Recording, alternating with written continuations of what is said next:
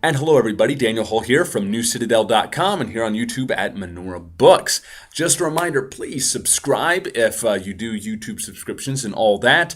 Like on Facebook, follow on Twitter. The links are in the description below. Show more. You got to click that little thing. Anyway, you'll figure it out.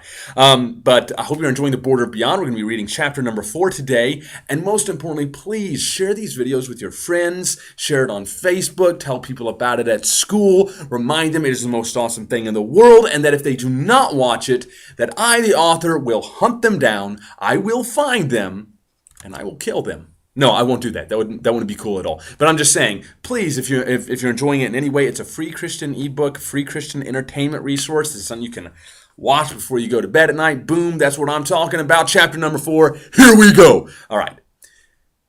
Menorah was a grand and glorious city, filled with purity, light, and the goodness of God's holy word. Every man and woman, boy and girl, was always encouraged to do what was right in the eyes of the Lord. And great Menoran warriors spent their entire lives dedicated to learning how to use God's holy armor. The sword of the Spirit, the shield of faith, the breastplate of righteousness, the boots of the gospel, the belt of the truth, the helmet of salvation and prayer, that which called the very strength of the Almighty. For over 1,000 years the holy city had stood between Baal-Terek, the dark gates, and the rest of Spiros, and had served as a wall between evil and the helpless people sprawled across the world. And it was from Menorah that the great light of the gospel shone more brilliantly than anywhere else. And it was for this reason that the dark hooded figures standing in the blackness hated Menorah with all their strength. "Have you heard the most recent news?" one of them snarled. "Another outer citadel was just finished. This one directly on the edge of Farnor. Think of that. Menorans and Farnorians consorting with each other. Could be trouble." You like my accent there? "Blah!" another mocked. "Menorans hate Farnorians, and they say Farnorians hate each other even more. At least, so our source tells us." "Old Xavier, who can trust anything he says?" I feel very posh and Britain today. Anyway, "And yet he has proven a reliable source of information," an especially elderly, cowed figure muttered from under his dark hood. "Xavier claims that he has been to Farnor. He says they are deeply troublesome people, always meddling in the affairs of others, and political too.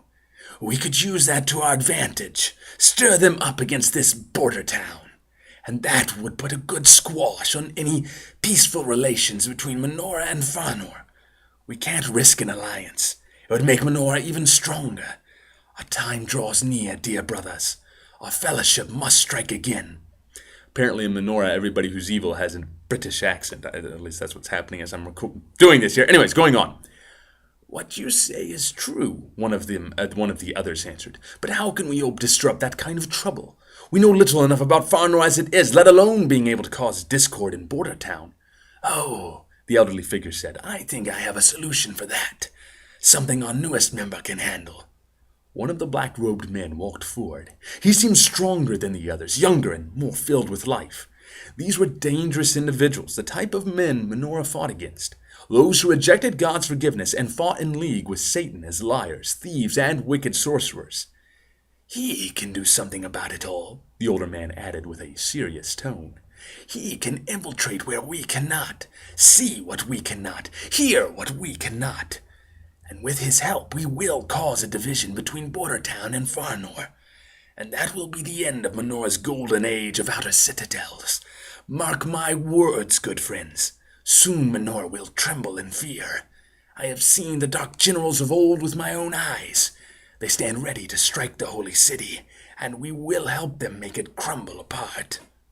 If anyone had been close enough to see the forbidden meeting taking place, they would have certainly felt intense evil in the air. There was a war. Whether anyone could see it or not did not matter. Darkness would not rest until Menorah was no more. And so that brings us to the end of chapter 4. I don't know about my accents in that chapter, man, but hey, I was doing what I could trying to distinguish between each voice. So we'll be continuing onward. excuse me, I'm still recovering from a terrible sickness. But we'll be continuing on with Chapter 5 here soon. Don't forget, newcitadel.com. You can read the books online. That way you don't have to deal with my crummy voice acting.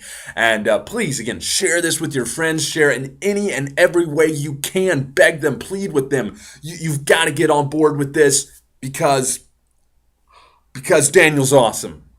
That's the best reason I can come up with. That's pretty sad. I hope the story's awesome, and I hope you all are enjoying it. Again, I'll see you all at Chapter 5. Until then, be safe, be groovy, do groovy stuff, and I will talk to you all later at that time.